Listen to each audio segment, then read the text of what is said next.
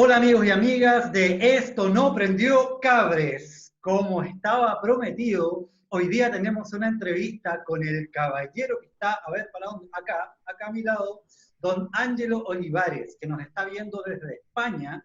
Él es actor de Teatro B, pero él fue actor primero acá en Chile. Estuvo en varias compañías de teatro, así que, y mucha gente lo conoce y le tiene mucho cariño. Entre ellos yo, un gran amigo, colega, hermano. ¿Cómo estás, Ángelo? Muy bien, muy bien. Me encuentro acá, como tú dices, en España, en la ciudad de Almería, hacia el sur. Y Teatro B partió en el 2011. Ahí parte Teatro B como una cooperativa y hasta el día de hoy sigue funcionando y seguirá funcionando hasta la eternidad. Así que, muy bien. Perfecto. Oye, Ángelo, Teatro B parte en España. ¿Cuándo tú te fuiste a España? Para que la gente Yo más o me menos te vaya vine, conociendo. ok, yo me vine acá a España el año 2016, en agosto para ser exacto. Y Teatro B parte realmente en el 2012, después de todo el movimiento de la manifestación estudiantil del 2011, a la cual yo fui dirigente de la UPLA, y después de ese periodo, que fueron casi 9 meses que estuvimos en toma, y también casi un año que estuvimos en manifestación, bueno, como casi siempre quedó en nada en relación a, a las exigencias o a las propuestas que estábamos dando nosotros en relación a las propuestas políticas y partidistas que son al final las que terminan negociando y ganando. Desde ese momento decido retirarme de la universidad, eh, ya que no me sentía cómodo ni me representaba, y también decido alejarme un poco de la sociedad, y en ese momento me fui en el 2012 a vivir a San Pedro de Atacama, al desierto. Me fui ahí con una carpa, durante un año viví ahí en una carpa en San Pedro, y en un proceso de 4 meses estuve en una depresión, no creía en nada, no confiaba en nada, pero en ese proceso de depresión también existe la reflexión, y desde ahí nace Teatro B. Nace porque a mí me gusta el teatro, y la primera experiencia mía con el teatro fue en la universidad. Entonces, al darme cuenta que la universidad te forma, entre comillas, pero no te crea un criterio en relación al arte. Y cuando me di cuenta para mí que era el teatro, que era el arte, una herramienta, un arma para poder cambiar, expresar, reflexionar, ¿cachai? Decido desde ahí crear Teatro B, que es la B. Somos la B, siempre. Eh, Como la segunda división, se quiere decir. Perfecto. Y desde ahí nace Teatro B, como desde la experiencia que tomé en la escuela y después seguir estudiando, obviamente. Maravilloso. Y esto entonces pudiste llevarlo a España. Teatro B te lo llevaste a España finalmente. Claro, Cuéntanos un Teatro poquito B, como digo, cómo se da este salto de vivir en un año en una carpa eh, como ermitaños en cierta medida o no tan ermitaños. bueno, en parte, bueno, en los primeros 3 meses fue un ermitaño total, era como que me levantaba de la carpa para irme a una hamaca y quedarme ahí durante todo el día. A Como reflexionar por lo que, menos. claro, una hamaca entre medio de unos árboles que habían ahí. Y era más que nada porque había perdido completamente como las ganas, más que nada. Como por un momento había perdido la fe, si se le puede llamar. Recordar que yo vengo de una familia muy poco política, muy poco eh, participante en el ámbito social, una familia bien cerrada, una cúpula ahí bien como cooperativa también, donde jamás se habló de política, jamás se habló de cultura, jamás se habló de arte, jamás se habló de libro, jamás hablamos de música.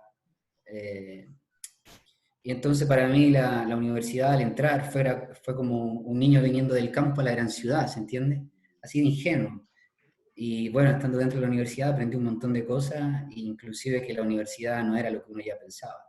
Entonces, cuando uno en esa lucha ya veníamos peleando más o menos del 2010, a ver, claro, yo venía del 2002 ya como en lucha social y sobre todo trabajando con lo que es la educación, ya en el liceo industrial.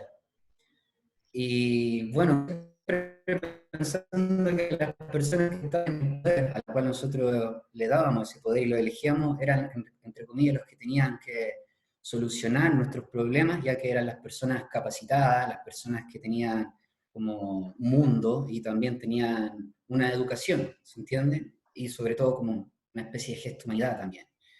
Pero en el 2011 ya me doy cuenta que ahí creo que abrí por completo los ojos, bien, desperté, el despertar para mí fue en el 2011, y voy también, creo que el 2011 fue el año donde más estudié, me leí la Constitución, tuve con unos colegas, armábamos unas pequeñas reuniones donde nos colocábamos a estudiar en relación de la educación. Yo empecé a estudiar desde el 1970 hasta el 2011, cuáles habían sido todos los procesos. Wow. Ya que igual yo soy una parte de la generación que viene después de postdictadura, entonces la historia que yo tenía era como, hubo un golpe de Estado y ahí se acabó todo.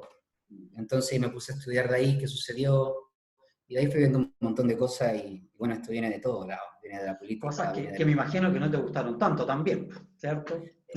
Eh, en un, bueno, al inicio, de verdad, como que no entendía mucho. Ya. No entendía mucho desde el lenguaje tecnócrata, pero podía hacer una comparación en relación a la vida que había tenido también hasta ese momento, con mi paso de la vida en la Tierra, ¿se entiende? Entonces tú vas viendo una realidad tangible a través de tu experiencia, y vas viendo una realidad a través de un texto y a través de artículos y a través de ideas.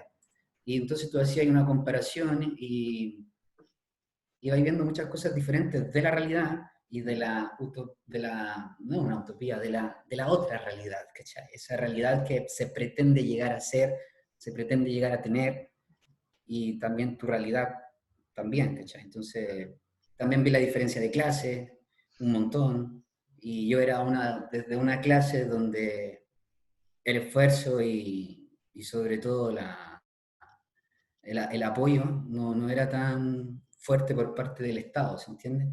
Claro, absolutamente. Y entonces yo te preguntaba, Ángelo, ¿cómo das este salto, este paso de estar en San Pedro de Atacama, formarte a Prové, a llegar a Europa finalmente? ¿Cómo das este paso? ¿Qué es lo que pasa allá cuando llegas? ¿Cómo te reinventas en lo artístico principalmente, como persona? Bueno, después del 2011, yo estuve todo el 2012 en San Pedro, como te digo, después volví a Valparaíso en 2013, y ahí empezó todo este proyecto de Teatro B, también ahí los conocí a ustedes con la compañía, y después volví nuevamente el 2016, bueno, 2015, a mediados de 2015. La idea mía era ir camino a Bolivia, pero dicen que siempre San Pedro te atrapa, San Pedro te atrapama, Ya. y me quedé nuevamente en San Pedro, pero y venía de vuelta, venía de vuelta de Valparaíso, donde también había vuelto, ¿se entiende? Al final fue como un círculo ahí, como un buen ciclo, y decidí quedarme ahí y seguir promoviendo Teatro B. La mayoría de las veces cuando yo me iba, porque entre comillas igual yo escapaba un poco, escapaba de la situación, escapaba de un montón de situaciones, y decidí irme a San Pedro de nuevo, quedé ahí, y de repente me pongo a ver que habían muchas revistas, no había nadie que la uniera, que la unificara, había como todo muy por separado, y cada uno tenía una idea, pero no había como algo que las fusionara. Y desde ahí empecé a hacer Teatro B en San Pedro de Atacama, y en ese lapso que estaba haciendo Teatro B conozco una colega, una amiga, una psicóloga, que se llama Marta. También tuvimos una relación también ahí, pero lo que más nos juntó fue su parte de la psicología social, Ya. antropóloga también, y la mía que era como un poco el teatro. Entonces teníamos ahí un montón de temas comunes. Aparte de eso, en Valparaíso había hecho conexiones ya en el extranjero, y tenía justo en esa época un festival en Venezuela que me habían invitado a dar una clase y también a participar de una charla, etc. Y con Marta decidimos viajar juntos a San Pedro de Atacama, o sea, a Venezuela, y desde ahí en Venezuela estuvimos como una semana, justo en el 2016, donde había algo bien fuerte ya en relación con Chávez y con lo que estaba sucediendo. Bueno, Chávez ya había muerto, estaba Maduro ahora. y ahí vi una realidad súper distinta, sobre todo acompañada del arte. Siempre como que todo estaba acompañado del arte. Y después que terminamos Venezuela, viajamos por Bolivia, viajamos por Argentina, por Perú, y en ese lapso nos dimos cuenta que nos llevábamos bien de ambas formas, y salió la idea de viajar a España. Ya, qué bien. Y como que en ese momento dije, bueno, vamos. Ya te habías lanzado a la aventura finalmente, así Ya, claro, que, ¿qué más? Oye, ¿qué claro. pasa en España, Ángelo? ¿Qué pasa cuando llegas a España? La pregunta que te hacía, ¿cómo te reinventas allá? Porque me imagino que iban sin redes ya de apoyo, sin mucha gente Bueno, conocida. claro, yo por lo menos no conocía a nadie. Ya, Marta es española, entonces ella ya tenía su cuento armado, ¿se entiende? Pero en el inicio yo iba con esa mentalidad como, bueno, lo que estoy haciendo acá lo voy a mover en España, pensando que también iba a ser un poco más fácil, ¿se entiende? Al llegar me doy cuenta que tú me tomo ahí con toda la pared burocrática. eh, yo llegué tenía una visa de turista, entonces era demasiado imposible encontrar un trabajo o, o buscar cualquier otro medio para poder ahí generar recursos. Sobre claro. todo que España estaba recién saliendo de la crisis que había sufrido en el 2007, 2010 por ahí. Entonces, había, entre la gente, había como un stop de querer contratarte, de querer ayudarte para darte papeles, estaba todo muy bien controlado. El tema de la Y después, inmigración claro, es un claro, temazo, acá se da harto también. el tema de la inmigración sobre todo, y Claro. porque bueno, allá en España hubo muchos problemas, aquí en España muchos problemas en el 2010, y sobre todo muchos problemas con inmigrantes, como que, bueno, ahí se creó como, como si el inmigrante fuera el culpable de la crisis, ¿se Mm. entiende? Y bueno, de todo un poco también ahí. Y bueno, me di cuenta que tenía una herramienta y que la podía utilizar nuevamente, y ahí partí con Teatro B, que era lo que estaba haciendo también en Valparaíso, que era Teatro Bar, donde ocupábamos diferentes bar. Bueno, tú participaste de eso también. Y comencé nuevamente saliendo a la calle, conversar con gente, conocer gente, eh, mostrarle la idea. Bueno, más que mostrarle, hablarla, casi nunca he tenido material. Creo que tengo una buena allegada con las personas y puedo ahí comentar Tu mi poder de idea. oratoria, de Claro, oratoria claro, también. puede ser. También me confundo un montón cuando hablo. Oye, Ángelo, Pero ven eso y ahí se fue dando todo mm, y ahí partí. Ángelo, a esta altura, ¿cuántos años llevas en España A ver, a o en Europa? 16. En agosto de este año cumpliría 4 años. 4 años. Y ya Cuatro has años. recorrido harto. Yo el otro día estaba hablando contigo y ya has tenido la oportunidad de estar incluso en India, me decías el otro día. Eh, Sí. estos viajes que has hecho, este movimiento que has realizado, ¿es principalmente por un tema artístico o te has dado como el gustito de ir a conocer realmente estos lugares? Yo creo que es la suma de las dos cosas. Ya. Para mí hoy día el arte, como te digo, es una herramienta eh, con la cual me ha dado la posibilidad de viajar. Como digo, me costó un montón. Yo el primer año acá en España me costó encontrar trabajo, como te digo, y un colega chileno me regaló una esclava, entonces yo empecé a malabarear. Y yo hago calle acá en Europa. Me dedico al semáforo, me dedico a hacer shows de calle y con eso financio mis viajes, con eso financio todo. La mayoría vivo realmente de la calle, exactamente así se dice. Y, y vivo con la calle también. Y cuando voy a viajar, primero que todo el primer viaje que tuve fue el año siguiente. Estuve casi un año y medio, casi 2 años solo en España.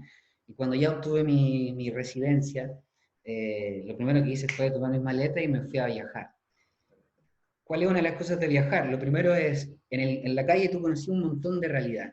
Eh, Como a través de la calle tú vas conociendo la cultura, vas conociendo eh, La sociedad en la que como estás inserto. claro, la sociedad, reacciones, personalidades, etcétera, Claro. etcétera. Y cuando viajo lo que me gusta es eso, ver cuál es la diferencia de un país a otro, porque bueno, aquí Europa es pequeño y lo más interesante es que de un país a otro cambia casi en un 50, en un 70% inmediatamente la cultura, el Claro. idioma, la lengua, tienen otra manera de enfrentarse a la vida, otra manera de relacionarse con uno, con entre ellos.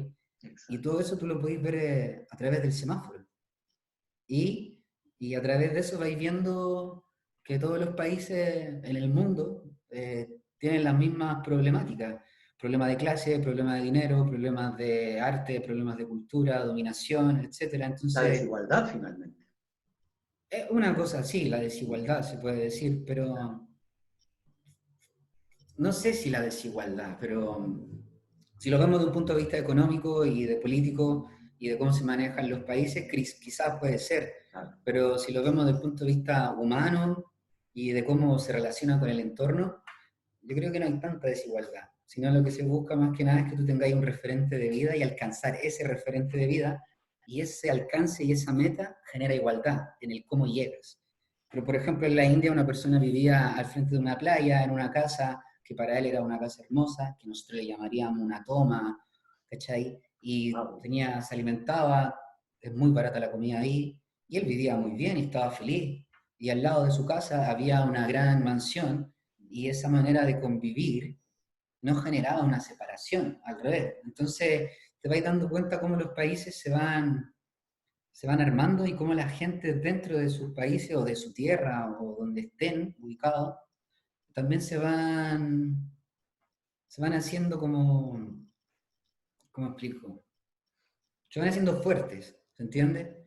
Como que van agarrando, se van dando cuenta de que el mundo globalizado y la tecnología nos ha llevado a entender qué pasa en Chile mientras tú estás viendo qué está pasando en España, mientras estás viendo qué está pasando en otra parte del mundo. Exacto. Y eso Oye, hace que la gente se dé cuenta que la problemática se soluciona desde uno. Y te vas oye, encontrando con esa gente con la cual yo me voy rodeando hoy día. perfecto. Ángelo, ¿cómo vieron ustedes desde allá de Europa, de España precisamente, el tema del estallido social acá en Chile?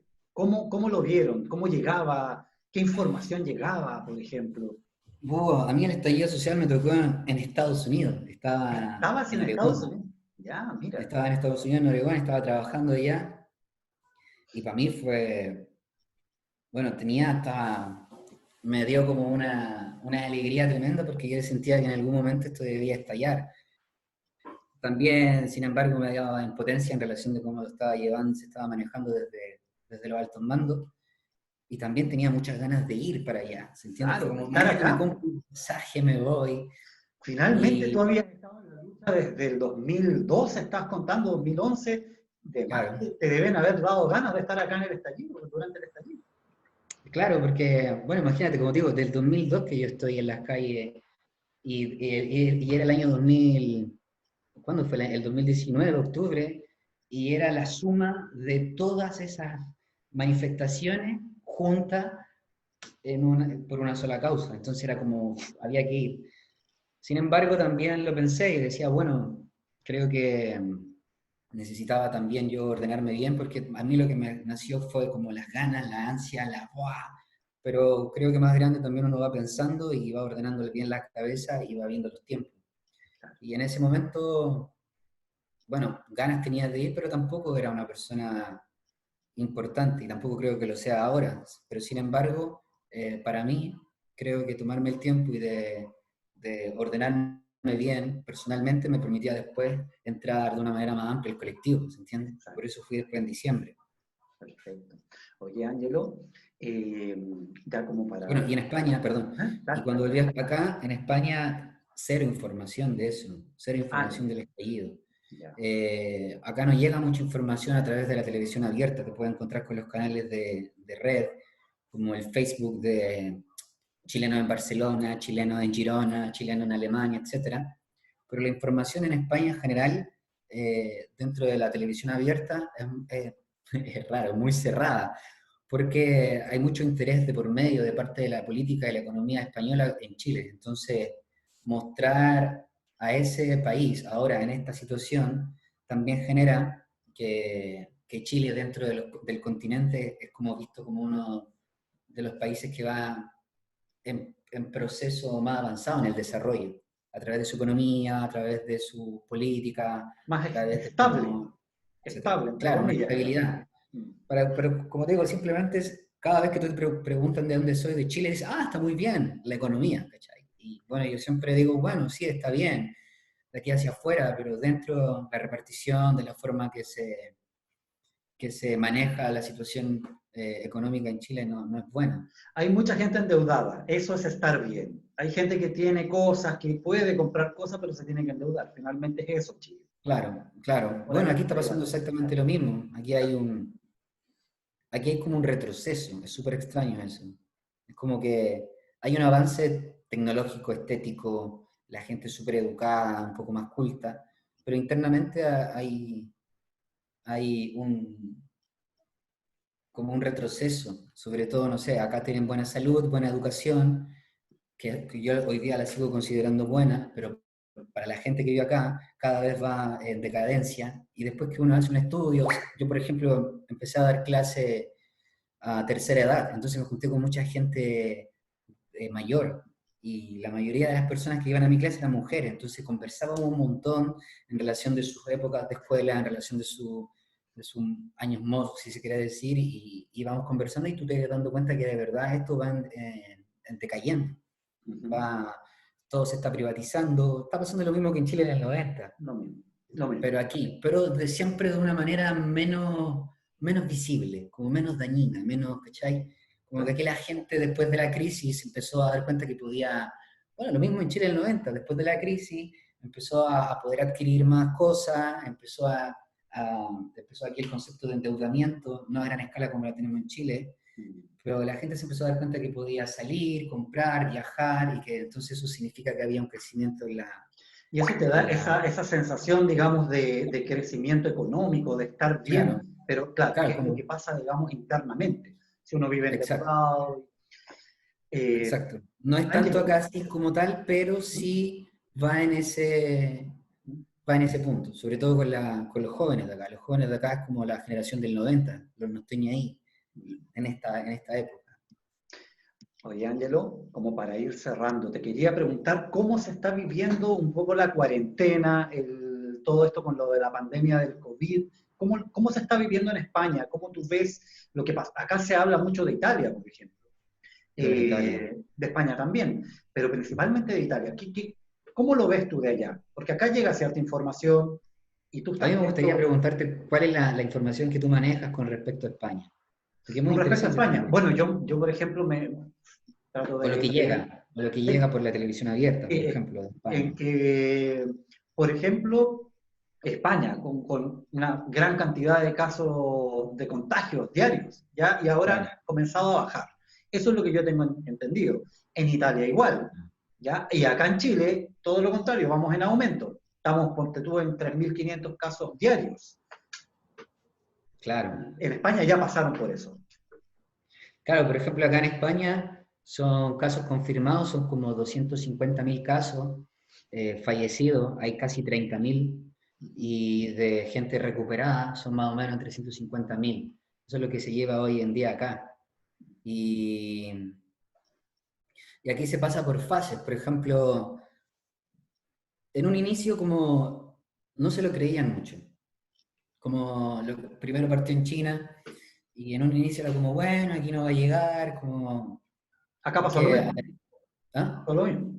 Claro, entonces aquí también, aunque hoy día más encima tenemos un gobierno, una coalición del socialismo con Podemos, entonces también estuvo muy reñido eso. Entonces aquí también el poder económico y el conglomerado tiene mucho peso también. Aquí también existe corrupción, existe lobby, financiación de políticos, etcétera, etcétera. Lo mismo que pasa en Chile, bueno, en gran parte del mundo. Entonces, en un inicio el problema principal no era la sociedad, era la economía. ¿Cómo nos vamos a enfrentar a esto? Y también, obviamente, el temor de la ciudadanía.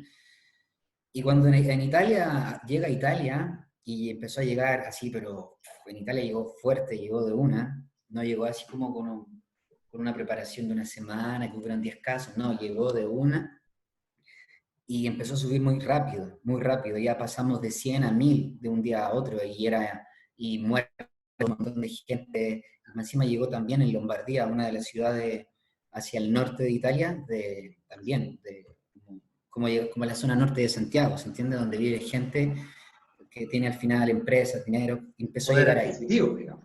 Claro. Y después eso se empieza a expandir y más o menos acá nosotros ya teníamos la primera semana de marzo ya noticias de Italia y Italia ya estaba enfrentándose a una situación bastante grave. Y acá todavía era como, bueno, puede que sí, puede que no, hasta que en el 12 de marzo se decide hacer la cuarentena, porque ya empezaron a haber casos desde el 7 de marzo por ahí, acá se echa mucho la culpa al 8 de marzo, el 8M, que salió una manifestación aquí tremenda, casi 1 millón de chicas en la calle, Sí. y entonces ahí empezaron a darse cuenta que empezó a subir, hasta que uno de ellos, un tío de la política, le llegó el virus. Cuando eso pasó, ya empezaron a tomar acciones, y el 12 de marzo se decreta una cuarentena total, primero de 15 días. Esa fue la primera, pero total a nivel nacional. Nada de cuarentena uno acá, no, todo, completo. Porque también íbamos viendo el caso de Italia. Italia partió segmentizada y luego después se dio cuenta que la única forma era la cuarentena total, Claro. para que no se colapsaran los hospitales, etc. Y bueno, desde el 12 de marzo llevamos confinados. Y eso pasaron a ver 12 de marzo, 12 de abril, un mes, 12 de mayo, otro mes. Y bueno, entre medio un montón de situaciones, desde obviamente mucha gente perdió su trabajo, en un minuto igual había un caos, también empezaron a salir los trapos sucios de los gobiernos anteriores del Partido Popular, que estaba privatizando la salud, y eso se vio ahora cómo afectó a la salud esa privatización por falta de insumos, falta de personal, etc. Y entonces ahí empezó un montón de situaciones, la gente empezó a preocuparse por las cuentas, entonces lo que hizo el gobierno, y bueno, con apoyo de todos los partidos, que en un momento hasta el día de hoy, como que discuten, como porque obviamente ellos piensan que no lo está haciendo bien, etcétera, etcétera, ¿cachai? Entonces lo primero que se hace fue cuarentena total, lo primero que genera esto es que la persona, obviamente le genera un miedo por el virus, pero el gobierno intenta a través, es como generar una psicología positiva. Es como, bueno, sabemos que están en sus casas, lo primero que vamos a hacer es no pagar luz, agua ni gas, entonces eso la gente, porque aquí lo primero que pensó la gente es qué voy a hacer sin trabajo y tengo que pagar todo. Exacto. Y entonces aquí es partido de eso, como tranquilizar la psicología de la gente a través de los cortes de pago de suministro, las personas que tenían trabajo armaron un ERTE, que por ejemplo una empresa dice, mira, yo no puedo, tengo que cerrar por la cuarentena, entonces me acojo al paro, que vendría siendo como la especie del Fondo de Cesantía chileno, pero aquí el paro, cuando tú te acoges al ERTE, la empresa te lleva como trabajador al paro, el paro te paga el 70% de tu sueldo, pero ese sueldo no te lo descuentan o sea, por ahora el gobierno saca plata de tu paro, pero el gobierno te la redistribuye de nuevo, ¿se entiende? Perfecto. No es que se te quitó el dinero, sino que por ahora que tú lo tienes, tú lo ocupas y nosotros después te lo devolvemos. O sea, es bastante, el gobierno entonces ha sido bastante más benefactor de lo que ha sido aquí en Chile, porque aquí en Chile no Bueno, se cortaron los pagos, los suministros básicos, la gente optó a su fondo de cesantía, pero el gobierno no se va a hacer cargo de eso. La gente lo claro, pagó eso lo el tengo claro. gobierno. Así que están bastante más protegidos por lo que veo. Bueno, aquí los gobiernos tuvieron que proteger igual, porque igual hay que entender que tienen una ciudadanía igual más culta en lo que es la, ¿cómo se puede decir? ¿Cómo se llama esto cuando uno estudia? ¿Viste? Cuando como en Chile no lo estudié y se me olvida la palabra. Cuando estudia lo de política, en los colegios te pasan la política, te Ah, ya, pasan... los ramos, digamos, de... ¿Cómo se llama esto? ¡Ay, se me olvidó Se me también! olvidó también, bueno, aquí la gente tiene más conciencia de eso. Ya, Aquí la persona está más politizada, si queremos decir, ¿cachai? claro. Y también, como te digo, venía todo lo de la crisis del 2007, también está Podemos, que también ha apoyado un montón a eso, aunque también se ha portado mal, como el Frente Amplio, como lo mismo. Pero la gente, a través de esa crisis, fue más partícipe en la política, ¿cachai? Entonces, hoy día la gente tiene más voz. Y también, una de las cosas que tienen los europeos, que es como un arma de doble filo, es que son un continente a seguir, ¿se entiende? Entonces imagínate que se comporten como animales, que no los traten como seres humanos y que los gobiernos no se preocupen de ellos. Todavía tenemos gobiernos acá que son protectores y benefactores medio liberales, es una mezcla, no es como el gobierno de Chile que dejó de ser benefactor y protector y pasó a ser liberal por Subsidiario. completo Y ya, subsidiario, finalmente. Esto es, claro, acá es el subsidiario. bono. El bono, el bono. Con el bono te arreglan todo. ¿Cómo se llama la...? Se me olvidó la... El ramo este era de política, pero Cívica, no cívica. recuerdo. Era cívica, educación cívica. Cívica, ¿cachai? La gente está más educada en el concepto de la cívica, está, aquí hay muchos grupos organizados, hay muchas ocupas, entre comillas le llaman profesionales, y entonces la gente está bien armada, se armó, y eso quedó por el movimiento de, la, de las manifestaciones que se hicieron en el 11M, por ejemplo, ¿cachai? Donde la gente se tomó la Plaza España, vivía ahí, hacía reuniones, entonces eso hoy día no se ha perdido. Y a estos gobiernos, que el PP, cuando yo llegué a España, llevaban 2 años sin gobierno, un año sin gobierno, porque acá tienen una política de elección súper extraña, y entonces se afrontaban esta situación de mala forma, la gente se les iba a tirar a la calle, como, porque acá se tiran a la calle igual. No son tan violentos, pero van con todo. Con ¿Sí? todo. Bueno, ahí, con respecto a lo que tú estás hablando, hay varias cosas que son bastante similares acá en Chile. Oye, Ángelo, yo te quiero agradecer, primero que todo, esta entrevista que nos has dado, este espacio, este tiempo que nos has brindado para el programa. Hay que aprovechar la virtualidad, digamos, y la tecnología, finalmente, Uh -huh. para seguir haciendo redes. Yo quería ver si le puedes dar un saludo a la gente que está acá en Chile, que te conoce, también a los que no te conocen.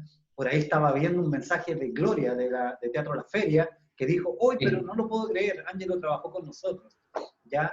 Así que Bueno, no sé si quieres darle un aprendí un montón saludo, con él. una despedida acá a las personas que te están viendo. Bueno,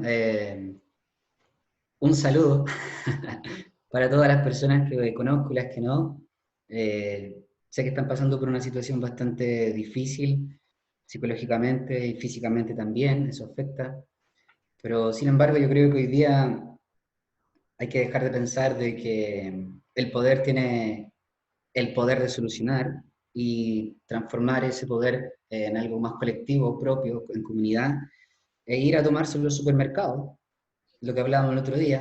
Creo Exacto. que hoy se ha dado un punto bastante importante que el concepto del hambre que vuelve a aparecer otra vez y que nos da la posibilidad de pensar de manera colectiva. Eso significa que en vez de a quemar un supermercado y saquearlo, y salvarte tu familia, que vayan como comunidad, se tomen el supermercado y que hagan redistribución de ahí, sobre todo en las ferias, los campos, etcétera. Hoy día creo que en el 73 estaba el desabastecimiento por parte de los empresarios y la gente hacía filas por poco y nada comida que queda. En cambio, hoy día el empresario está abastecido con todo el alimento y lo que no hay es dinero para adquirirlo. Entonces hoy día tenemos la ventaja de que la comida está Exacto. y podemos ir y tomarla y, y redistribuirla con la gente. Entonces, yo creo que Chile está en todo un proceso nuevo que puede refundarlo todo. Y una de las cosas que de manera personal he reflexionado, creo que hoy día hay que, hay que pensar como un terrícola que convive con la tierra y no de un ser humano que vive de la tierra. Entonces creo que hoy día la, la primera, ¿cómo se puede decir? La cosa más importante hoy día es cómo recuperamos nuestro planeta, porque es el ser vivo que nos tiene a todos nosotros ahí. Entonces, y creo que Chile está en el proceso de hacer ese cambio y siempre ha estado, aunque no lo crean, desde que estoy acá en Europa, siempre ha estado Chile en todos los procesos nuevos que ha vivido la política, la sociedad y el planeta. Y creo que en esta parte puede ser un gran giro, un gran cambio y que no va a ser fácil, obviamente, pero tienen algo que todavía los países desarrollados no tienen, que ya no tienen miedo. Los países desarrollados tienen miedo de perder su desarrollo, en cambio nosotros siempre hemos sido pobres, ¿a qué le vamos a tener miedo ahora? y no hablo solo pobre de economía, también hablo de cultura y de emociones, etcétera. Entonces, una de las cosas más fuertes que yo puedo recomendar es que junten ese miedo y lo enfrenten, y eso le va a dar más miedo a la gente que lo provoca. Así que, bueno, eso sería. Gracias, Ángelo. Bueno, quedémonos con esas palabras que nos dice Ángelo. Aprovechar ese impulso que vino en octubre y retomarlo cuando termine esta pandemia. Te agradezco así, pero un montón, Ángelo, nuevamente, el espacio, el tiempo y, bueno, todo esto que nos has compartido hoy día. Y espero que no Bueno, sea la última vez. muchas gracias a ti. Esta es la primera vez que hago esto. Y los Ya. que me conocen saben que mi dislexia es un poco extraña. Pero te manejaste bien, así que tranquilo. ¿Ya? Te mando un Bueno, abrazo a la distancia y, por supuesto, saludar a todos los que van a ver este video porque está grabado. Así que todos los que lo están viendo, compártanlo, porque hay harto de lo que está pasando al otro lado del charco. Así que súper interesante. sí, bueno. ¿Ya? Así que Así es que eso, importante deconstruir para construir.